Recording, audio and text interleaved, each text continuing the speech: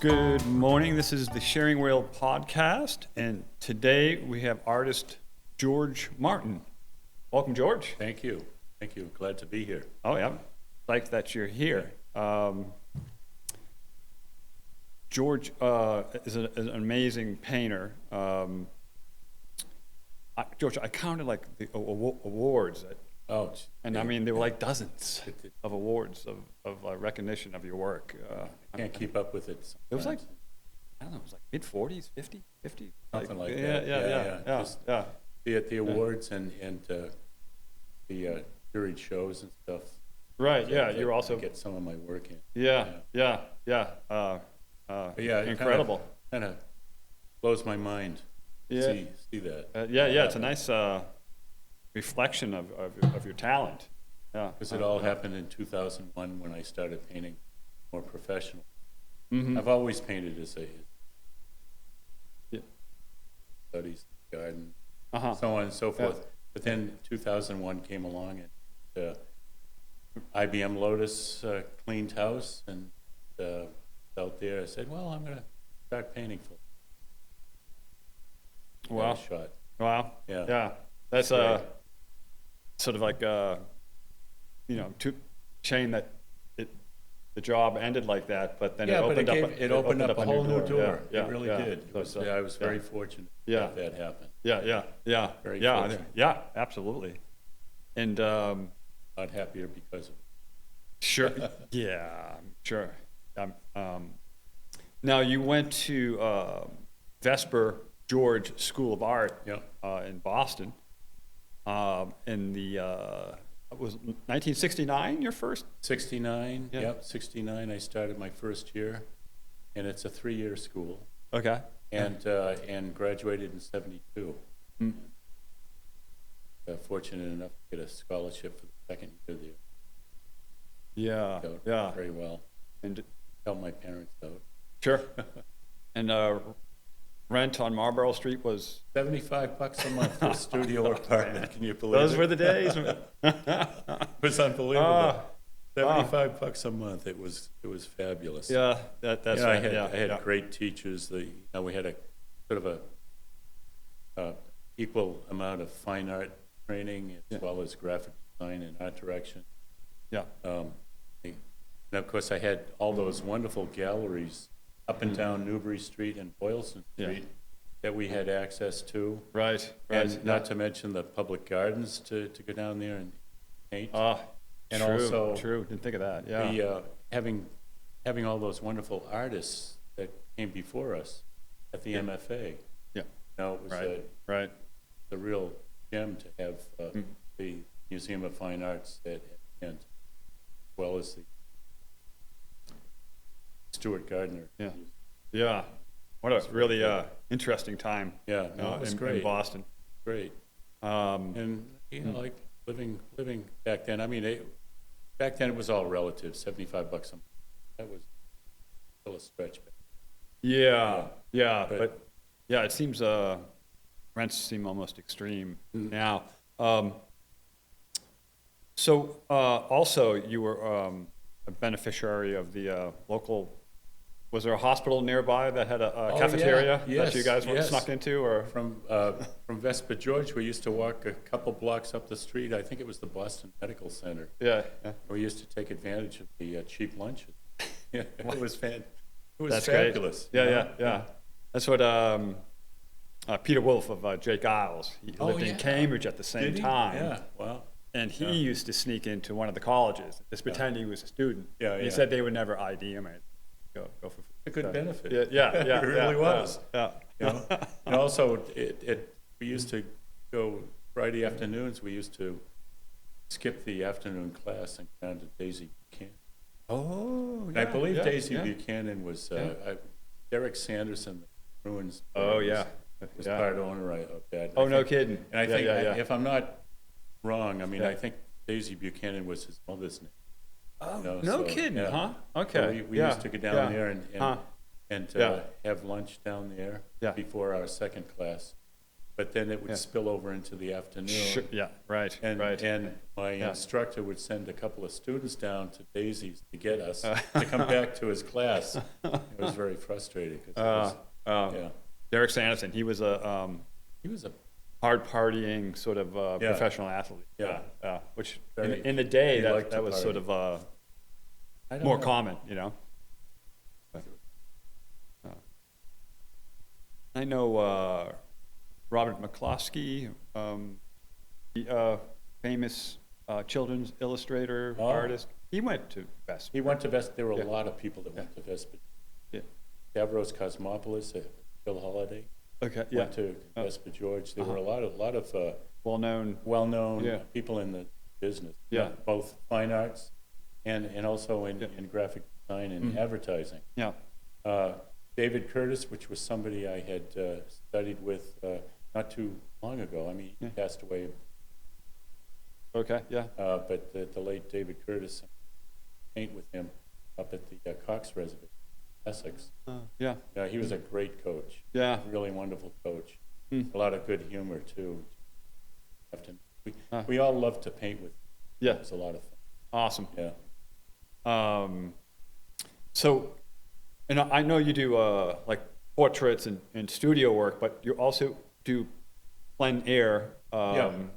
Out the French Out- term for French term. is- It's French for outdoors. outdoors. Outdoors. And you know, plein air painting became popular during the Impression, mostly. Yeah. I mean, even some of the people in the Barbizon school had done some painting outdoors, but it wasn't the same genre as the Impression. Impressionists were sort of a tight-knit group of painters that were were challenging the realists, and all those people came from that academic school of painting. Mm-hmm. So they really put them through the real good impression. Are And- there artists of that era that you feel influence you or inspire? Oh, absolutely. I mean, I like a lot of people. I mean, I loved Monet, Zarro, Renoir, and even some of the American, what they called American Impression. Sargent, Yes. Singer Sargent, Yeah. and the Spanish painter Joaquin Sorolla, which is one of my favorites, as well as the Swedish painter Anders Thorn. They're all wonderful painters. The list goes on and on. I mean, I'm so influenced by a lot of these guys. I mean, Yeah.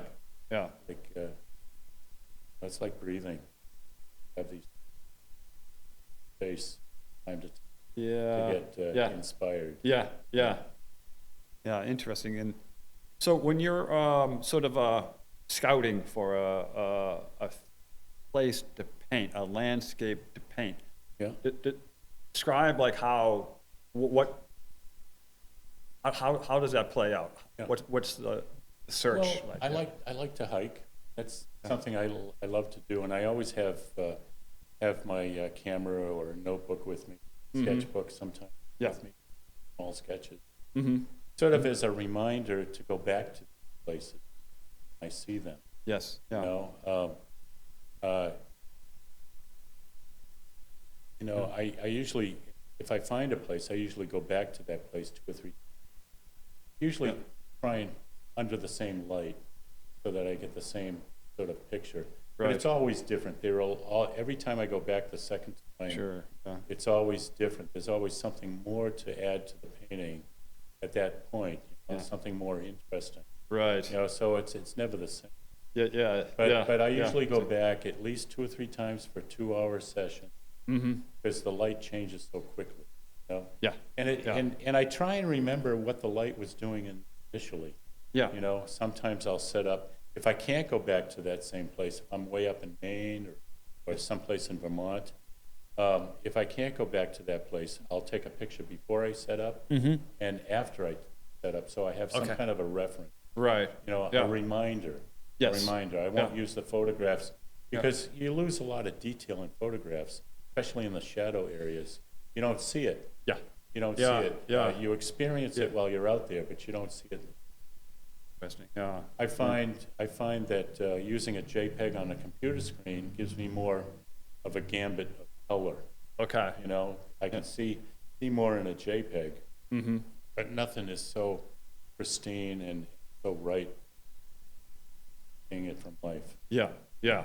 Yeah. So, and you have a viewfinder there? Yeah, I do. Yeah. This Yeah. gives me a, you know, a lot of people will do this with their Yeah. fingers or hands. I like to use the viewfinder because it gives me the ability Yeah. to move it around and find a composition. Right. And yeah. and once yeah. I've found a composition, I'll start laying in an underpainting. Underpainting is merely a sketchy, watery painting on the canvas Okay. using burnt sienna. It's kind of a reddish brown, Okay. and a brush loaded with solvent so that I can cut out highlights, shapes using the solvent. Yeah. And the burnt sienna gives me the ability to lay in dark tones, large areas of tone. Okay. I'll actually do kind of an abstract painting on the canvas first, then cut into that, develop that, and get the drawing right before I add any color. I'll usually do an underpainting before I color. But sometimes I'd be using the viewfinder, and I might see a tree or something over here on far right or far left, and so I'll bring that into the picture. Yeah. You know, to add another element. Right. You know, Right. to create a balance. Yeah. Of shapes and light and shadow. Yeah. And you used a term. We looked over your website. So a visual vocabulary. Visual vocabulary. It's That's everything that you see. Yeah. That adds visual vocabulary to your painting. Yes. I usually, I don't necessarily paint everything I see the painting. I actually boil it down. I kind of simplify it first. Okay. And I boil it down. I may take some elements out or add certain things in the painting to make it my impression. Right. Right. So Oftentimes it's the first time I see a scene that excites me, and it's really I really boil it all down to create my own impression. Yeah. This quote here from you, as a witness to the constant movement of light on the landscape and other subjects, I am not seeking to duplicate an experience, but to choose and design what I think conveys my impression of the story. The visual vocabulary can be challenging and must be boldly distilled to create a believable account of the natural stage. That's true. Well written, but and very informative. It's kind of a form of truth. I look for the truth and then boiling it down creates the essence of it rather than everything you see. I mean, I don't want to be copying just for the sake of doing a painting. Right. I mean, right. I like to boil things out, keep the shape simple, and colors pure, and I don't know what else I can add to that. That was a good statement. I wrote that. You wrote. Yes, you did. That sums it all up. Are we done? And I just like it's fascinating, sort of chasing the light, and trying to. You do chase it. Believe me, it moves. Yeah. And it's not like you, seasons change. So if you're you don't come back, the second time, third time you could lose the whole. Might have to wait a year to get the same kind of. I've done that. I mean, there were canvases that I painted last spring, and I'm waiting for this spring to come up. So I can put it back on the easel and finish it. Because there's a lot of unfinished work. Yeah. I'm sure. Yeah, there must be a lot of trial and error, right? But sometimes I it went just to doesn't resonate. the Grand Canyon one time, and I've never seen light move faster than the light in the canyon. Watch it. Unbelievable. You can just watch it move. Right. Yeah. I've never seen that. Yeah. You don't see that here. I don't know what it is about that. Yeah. But it was really, really challenging to do even a small sketch. Yeah. But it's beautiful. Yeah. Purely beautiful. the olive greens and purple. Stunning, It's gorgeous. stunning area. Yeah. Yeah, a very awe-inspiring. So, when you're painting and you're in the zone, are you feeling like very little separation from the subject that you're painting? Like, is it almost like a blending of you and your subject? Yeah, it is. It's kind of a blending. It's more of a transportation of information back and forth. Mm-hmm. I'm sending vibes or feelings toward the scene that I'm working on. Yeah. And that's sending back. I mean, it's Yes. kind of So- it's almost, when I'm in that zone, it's almost a molecular transference. Yes. Yeah. Yeah, Yeah. and I'm almost unconscious about what else is going on. I mean, I could be wearing my hat, and I've got this Stetson hat, nice 4-inch brim on it, Yes. Yeah. and I'd be painting away, not realizing that I've got a whole handful of loaded brushes in this hand, Yeah.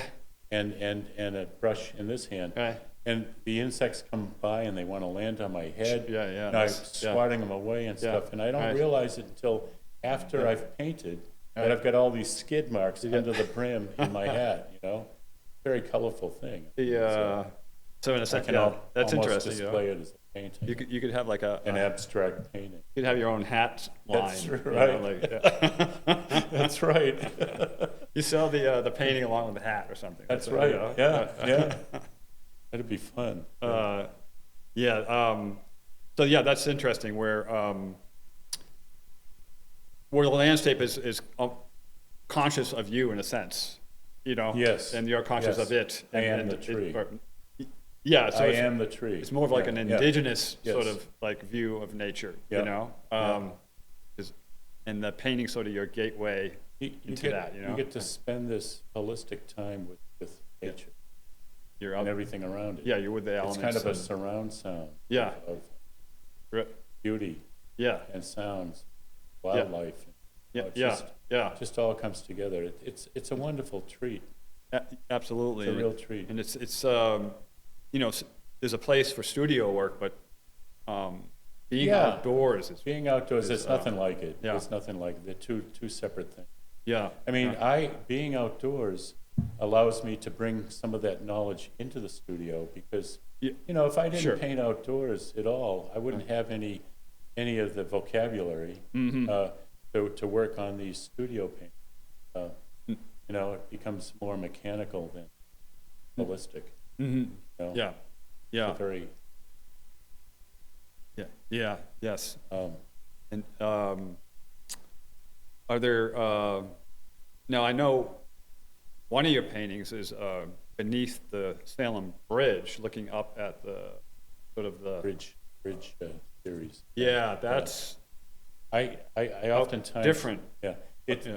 It is different. I wasn't sure how it was going to be received, but it Yeah. actually did very well. I won all kinds of Yeah. awards for two out of the three paintings through the North Shore and I believe Rockport Art Associations. Mhm. And a lot of times I like to go back to the same scene, not to finish a painting, but to paint under a different light. I have this same painting done in sunlight where I've got these beautiful angular swaths of light hitting concrete. Yeah. And creating nice dazzle in the water. So it was, that sort of thing that I like to do. I like to go back and do a series. The habitat painting where I was actually sitting at Pavilion Beach in my car having a scone, and I saw these little objects on Plum Island off in the distance. So I pulled out my binocular or monocular to see what I was looking at, and I saw these nice, interesting driftwood structures on the beach on Plum Island. So I started the car, I dashed up to Plum Island and walked out onto the beach, did some small sketches and little paintings of this scene. I did a series of 3 paintings from that grouping. It was just sort of happenstance in a way. Yeah. Something that I found, I found interesting enough to paint. So the search is Yeah. half the fun, Oh, right? it is, it In is. a sense, And then there was one time I was at the Crane Estate. I was looking for a place to paint. yeah. And I was looking out toward Hog Island, but they had planted these new trees in the way. They completely blocked a beautiful view of Hog Island. Right. So I complained to one of the directors in the estate, Yeah. and they said, well, why don't you take a look up on the roof? So they let me up on the roof to work on a painting that I had gone back 2 or 3 times to finish this piece here. This was the piece that sold at the Boston Artists Guild through the national competition. That was a national competition. That was the national, Yeah. yeah. And so it was like hitting a trifecta. Yeah. So it sold, and it was accepted. Accepted. Yeah. I was really very excited about that. Wow. Tremendous. Yeah, and then you have the vines that you did. The vine paintings, in yeah. Long Hill, and every once in a while I bump into you up there. That's right. Yeah. That's right. It's a great place, Long Hill. They had some vines there, but this happened years before I even did this series of paintings. Yeah. And so this had been sitting dormant for quite a few years. Mm-hmm. I had taken a bunch of photographs of vines all over the place, just, not just at Long Hill, but just about any place. Even in my backyard, I had cleared out a bunch of vines that we didn't want growing there. But the vine paintings were something totally different than what I'm used to, all studio painting. Mm-hmm. And I was definitely inspired by the vines because it kind of reminded me of human emotion. You know, every time I looked at them, they kind of reminded me of human emotions like ecstasy, anticipation, surprise, longing, joy, love. You know, it was really all this connection that I felt in these vine paintings. So I took and boiled everything down to black and white photographs, 8 by 10s. I put a grid on the black and white photographs to create a geography of the painting. And then I blew those up proportionately. Yeah. I used the gridded photograph to create larger painting. The paintings are like 40 inches by 60 vertical. And so I drew the grid on the canvas so I'd have some kind of idea where some of this geography was. And I painted the vines burnt sienna first. Okay. This was what it looked like. Okay. Burnt sienna. I don't know if they can see it on the, but we will edit in some Okay, yeah. of your work for sure. So I was working 2 at a time. I was going crazy with this thing. I was really excited about doing this semi-abstract bit of art, and you know, it was very well received. It was quite stunning. A few times that I've showed it. Yeah. I think I've had 3 or 4 shows, different areas. Once at the Atomic. The Atomic, And the Charles Gallery in Gloucester. Yeah. And also at the North Shore Arts Association, which is past fall. Oh, no kidding. Had a show there. Yeah. In fact, a lot of, And they were hung at the Decor. Oh, the De Cordova. Yeah, the De Cordova. Yeah. The De Cordova Museum sponsors a corporate loan program. Mm-hmm. And what they do is they get local artists who are interested in allowing corporations to hang some of their work in conference areas, foyers, and things like that. Yeah. And so I was fortunate enough to have 8 of the paintings selected, and they kept the paintings for about a year or so. Awesome. Moved them to different locations. And Love it. Also at Biolabs, I had the paintings hanging at Biolabs for a summer. Their Rowley office. Okay. They have a Beverly, Rowley, and Ipswich office Okay. for painting. Yeah. They support the local. Yeah.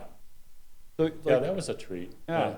You're a member of the Rockport Art Yeah, Association and the North Shore Arts North Shore Association. Arts Association. And the Concord Arts are a little bit more edgier type of things. Okay. You know. Okay. But my vine paintings were too big to put in any of those shows. They were big. They were pretty big. That's what made them so cool. They have such a small gallery there. It's Okay. like an old tavern type of place. Right. The Concord Yeah. Art Association. So the wall from the ceiling, the floor to the ceiling is probably 6. Yeah. You know, but, Yeah. Yeah, the paintings were too big to put in there. They were like a couple inches too big. Maybe if I take the frames off and just put strapping Just around the edges, you couldn't get like hedge I clippers, you know. couldn't pay anybody Yeah. Right. to show them at Right. Concord. Yeah. So, are you currently scouting out potential sites? Always Yeah. looking at potential sites. You I mean, know- I've been. I mean, look at this. Yeah, You know? I was looking down the street, looking at all these. But the light was a little earlier, Yeah. and yeah. it was beautiful. Cabot Street has some Yeah, interesting light. absolutely. Hey? Yeah. I stood at Cabot's Yeah. up here when I think there was a breakfast place up here at the corner, or maybe I'm thinking. Oh, of the something. diner down here. Yeah. And I- Cityside, maybe. Yeah, and I stopped to paint St. Mary's one time, watercolor standing in the alleyway. You know, Right. so Yeah. you know, Oh, yeah, it yeah. strikes you at any time. Yeah. Yeah. I could be yeah. driving along and You see get- something and Yeah. almost run myself off the road Right. just trying to get to this. And you wonder if the landscape finds you or you find the landscape. It both, Yeah. both. Yeah. You know, it Yeah. happens both Yeah. ways. Yeah. It's kind of like, hey, George, I over think here. I think something that Yeah.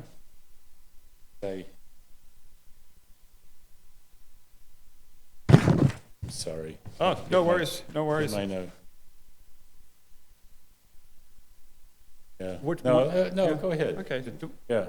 So you recently did a show over the summer. I've seen you had a show at the library up in the farms. Oh, yeah. Yeah. Yeah, that Yeah. was a lot of times when I have a solo show, people come to the reception, you know, small groups, large groups. I've had great shows and Yeah. 0 shows, but Yeah. they come in, and that's when I have more opportunity to sell things. Yeah. The solo shows, Yeah. and sometimes through the association as well, Okay. when they have group shows. Yeah. So I always manage to try and or to make myself put something in. You Yeah. know, 'cause Sure. I, Sure. you know, So it must be sort of conversely, like very satisfying to sell something, but also like giving away Yes. something precious that you made, right? absolutely. That, I must be a bit of a mourning Yeah. process to it, a more, no. until you cash the check. Yeah, I'm happy to have the check, and I'm happy that people have my paintings. You know, And are which is appreciated good. and They are hung. appreciate it enough to, Yeah. you know, I mean, that's the yeah. real goal. is Art being- seeks an being audience, right? You accepted, created there should Yeah. be an audience. Yeah, to be yeah. vindicated. Yeah, you know, and- yeah, and, yeah, nice. So that really does feather in the cap. Absolutely, yeah. And if someone was to, you do commissions, right? Yes, yeah. And if someone was interested in contacting you, how would they do that? They can go to my website, which is gsmartinfineart.com, or they can call 978-578-4841. You know, I'd be glad to talk to anybody who might be interested in my artwork. Great, yeah. Yeah. I mean, it's brilliant, George. I mean, you're a I love local / national treasure. And, Thanks, I appreciate that. oh, absolutely. Thanks. And one aside is we did talk about when you're out in the fields and you're literally being bugged either Yeah. by bugs Yes. or even people. Oh, people. They're They well-meaning, right? yeah, But they, no, it's I can understand why people want to come up and talk to you. Yeah, I mean, yeah. a lot of people don't realize you're out there working or in the they're zone. You don't want to be curious. disturbed. Yeah. But I could be in the middle of the public gardens painting, and nobody bothers me. Right. People will come walking by, see what you're doing. Yeah. But nobody will They stop kind of and give want their to talk. Yeah. But I could be in the middle of the woods someplace up here in Dogtown, Deer hunter comes by. painting away, and then a couple of people want to come out and talk. You know. Yeah. Like Yeah. this place in Manchester. That this was the used to be the Central Street Gallery. I was a member of Okay, that gallery. yeah. It was a co-op. And so I stopped in front of the gallery because I saw the reflection of myself plus the church behind me. That's and a great some painting, of the other, yeah. Some of the other things. I wish I had that painting still. We'll Yeah. edit it in, yes, Yeah. yeah.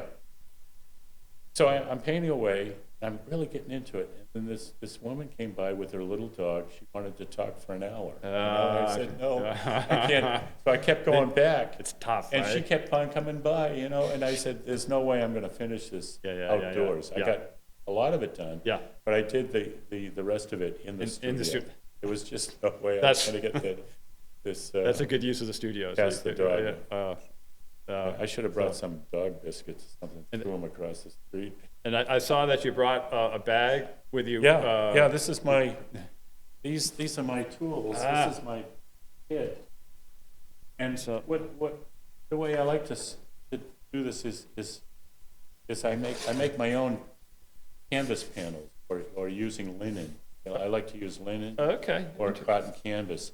Yeah. And it's 1/8 inch thick Baltic birch plywood. Okay. And I use this stuff called Miracle Muck and just glue the canvas right to the board. To give it Nice. stiffness. Yeah, yeah, And then yeah. I trim it. I trim all the excess canvas off the edges.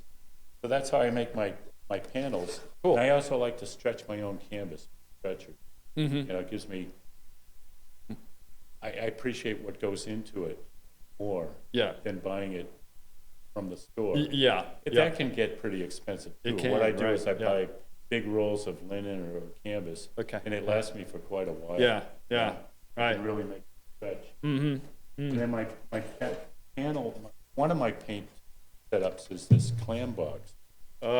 And what I do is I mount the panel Yeah. on the top here, and this is my Okay. palette down here where I mix my colors. If you could just turn that, yeah. I mean, that's a This is piece of my- art right there, George. Yeah, Yeah. I've used this in photographs time to time. Okay. Yeah. But Yeah. it and as the paint piles up, I have to scrape it off with a gouge.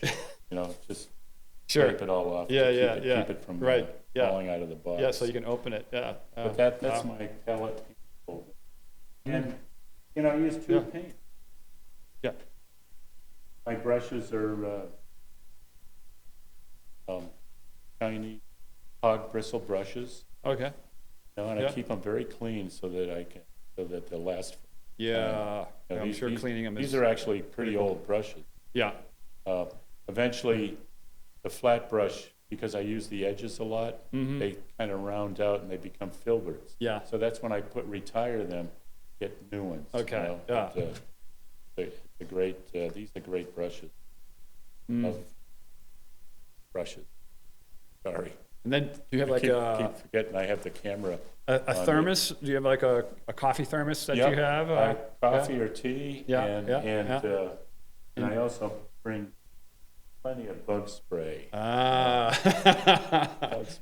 Bugs, yeah. And they, I'm sure, But I have Ticks and I have stuff, yeah. what they call a Gloucester easel. It's a big A-frame. It's a 3-legged A-frame easel. okay. It's got 2 structures that come out in front of me Yeah. where I can put my palette and paint box right on the shelf. Okay. And Yeah. that's for big canvases. Yeah. And that's called a Gloucester easel? It's a Gloucester easel. Yeah. From Gloucester or well, Gloucester, the England? Gloucester painters made it famous. It's Okay. called, I can't think of the company that Yeah. makes it, but it's the only company that makes Yeah. it. And the Gloucester painters, Okay. Yeah. Aldro Yeah. Hibbard, Mulhop, all the, they're Okay. great painters. Yeah. There are a lot of great painters up here in the North Shore. Absolutely. A lot Yeah. of good painters. Well, and And- case in point right here. Yeah. You well, yourself. Yeah. I'd like to get in. I hope that Yeah.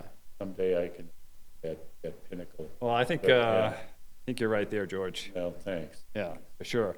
Days. Yeah. As we all do. Great. Well, hey, I appreciate coming in and talking, and love your work, and yeah, well, I appreciate you for having me. sure, I really do. yeah, it's great. Yeah, it's great to. I learned so much too. Good exposure. So, Thank yeah, you. yeah, wonderful. Yeah, great. Cheers. Thank you.